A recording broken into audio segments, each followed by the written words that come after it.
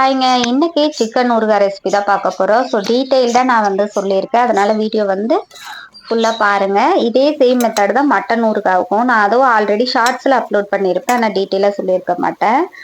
So இதுல பார்த்தீங்க அப்படின்னா, எப்படி எப்படி பண்ணணும் அப்படிங்கிற எல்லா டீட்டெயில்ஸுமே சொல்லியிருக்கேன். ஃபர்ஸ்ட்டு சிக்கன் நல்லா வாஷ் பண்ணிக்கோங்க. தண்ணி இல்லாம வடிச்சுக்கோங்க. வடிச்சுட்டு நீங்க குக்கர்ல போட்டீங்க அப்படின்னாலே, அந்த சூட்டுக்கே தண்ணி விடும். அப்ப நம்ம உப்பு, கொஞ்சமா மிளகாத்தூளு, இஞ்சி பூண்டு பேஸ்ட்டு, மஞ்சத்தூள் போட்டு நல்லா பெரட்டி விடுங்க. அதுவே நல்லா தண்ணி விடுது பாருங்க. நீங்க தண்ணி ஊத்தணுன்றதே கிடையாது. சப்போஸ் அப்படி நீங்க எடுத்திருக்க சிக்கன் தண்ணி விடல அப்படின்னா, நீங்க கொஞ்சமா தண்ணி விட்டுக்கோங்க போதும். ஸோ நம்ம அடுப்புல சின்னதா எரியும் இல்லையா? ஸ்லோவா எரியிற அடுப்பு இருக்கும்ல, அதுல நம்ம வச்சு இந்த சிக்கன் வேக வச்சுக்கலாம். நல்லா பெரட்டி விட்டுட்டு ஒரு 4, 5 விசில் பக்கம் விட்டுருங்க. இப்போ நீங்க பிராய்லர் கோழி அப்படின்னா ஒரு 2 விசில், 3 விசில் போதும். நான் நாட்டுக்கோழி எடுத்திருக்கனால ஒரு 5 விசில் விடுறேன். ஊறுகாய் போடுறதுக்கு நாட்டுக்கோழி தான் நான் இன்னைக்கு யூஸ் பண்ணியிருக்கேன்.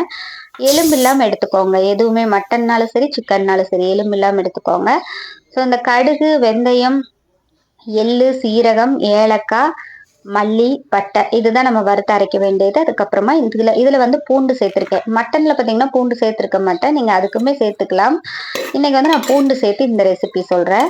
ஸோ இப்போ பார்த்தீங்கன்னா வெந்துருச்சு. வெந்த அந்த தண்ணியெல்லாம் வத்தி இருக்கு பாருங்க. சிம்லயே வச்சு 5 விசில் வெந்துருச்சு பாருங்க. இந்த அளவுக்கு இருக்கும் சிக்கன். அதுல கொழுப்புலாம் இருக்கும் இல்லையா? அதனால இந்த எண்ணெய் விட்டுருக்குது போல. ஸோ இதை நல்லா இப்போ நீங்கள் தண்ணி இருந்துச்சு அப்படின்னா அதை நல்லா அடுப்புலேயே வச்சு ஓப்பன்லேயே வச்சு நல்லா பெரட்டி விட்டுட்டே இருந்தீங்கன்னா தண்ணி வற்றிக்கும். அதுக்கப்புறம் நம்ம எடுத்து வச்சிருக்க மசாலா இருக்கு இல்லையா? பட்டை, ஏலக்காய், கிராம்பு, மல்லி, சீரகம் இது எல்லாமே அளவு பார்த்துக்கோங்க. நான் டிஸ்கிரிப்ஷனில் உங்களுக்கு டீட்டெயிலாக அளவு கொடுக்குறேன். ஸோ எவ்வளோ எடுக்கணும் அப்படின்னு சொல்லி நல்லா வறுத்து பொடி பண்ணிக்கோங்க. இப்போ இதுலேயே தண்ணி வற்றிருச்சு. நல்லெண்ணெய் எடுத்துக்கோங்க. ஊறுகாய்க்கு எப்பயுமே நல்லெண்ணெய் தான் நல்லாயிருக்கும். எண்ணெய் கொஞ்சம் நிறையா இருக்கணும். அப்போ தான் ஊறுகாய் கெட்டு போகாமல் இருக்கும். எண்ணெய் காஞ்சோடனேயுமே நம்ம இஞ்சி பூண்டு பேஸ்ட்டு போட்டு ஒரு வணக்கிட்டு, இப்போ பூண்டு இருக்கு இல்லையா? அதை போட்டு நல்லா வணக்கிக்கலாம். இது ஒரு மாதிரி கோல்டன் கலர் வரணும். அந்த பூண்டு ஸ்மெல்லெல்லாம் போய் கோல்டன் கலரில் வரணும். வந்ததுக்கப்புறமா பார்த்தீங்கன்னா சிக்கன் போட்டுக்கலாம். அதுக்கு எண்ணெய் ரொம்ப சூடாக இருந்துடக்கூடாது. ரொம்ப சூடாக இருக்கையில் சிக்கனை உள்ளே போட்டிங்க அப்படின்னா, சிக்கனாக இருக்கட்டும், மட்டனாக இருக்கட்டும், எது போட்டிங்கனாலும் கறி ஹார்ட் ஆயிரும். இப்போ நம்ம வேக வச்சுருக்கோம் இல்லையா? அப்புறம் அது ரொம்ப கடிச்சு திங்கிறதுக்கு சாஃப்டாக இருக்காது, ஹார்டாக இருக்கும்.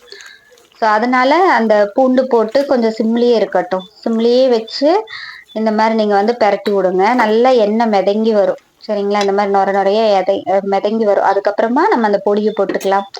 ஸோ அளவாக நான் காமிச்சிருப்பேன் பார்த்தீங்களா? அந்த அளவு நான் உங்களுக்கு ஒரு ஸ்பூன் அளவில் நான் கொடுத்துருக்கேன் டிஸ்கிரிப்ஷனில்.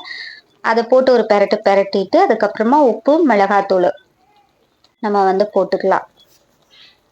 போட்டு நல்லா பெரட்டிட்டு இறக்கிடலாம். அவ்வளோதான். ரொம்ப நேரம் பெரட்டினீங்கன்னா கருகிரும் மிளகாத்தூளெல்லாம்.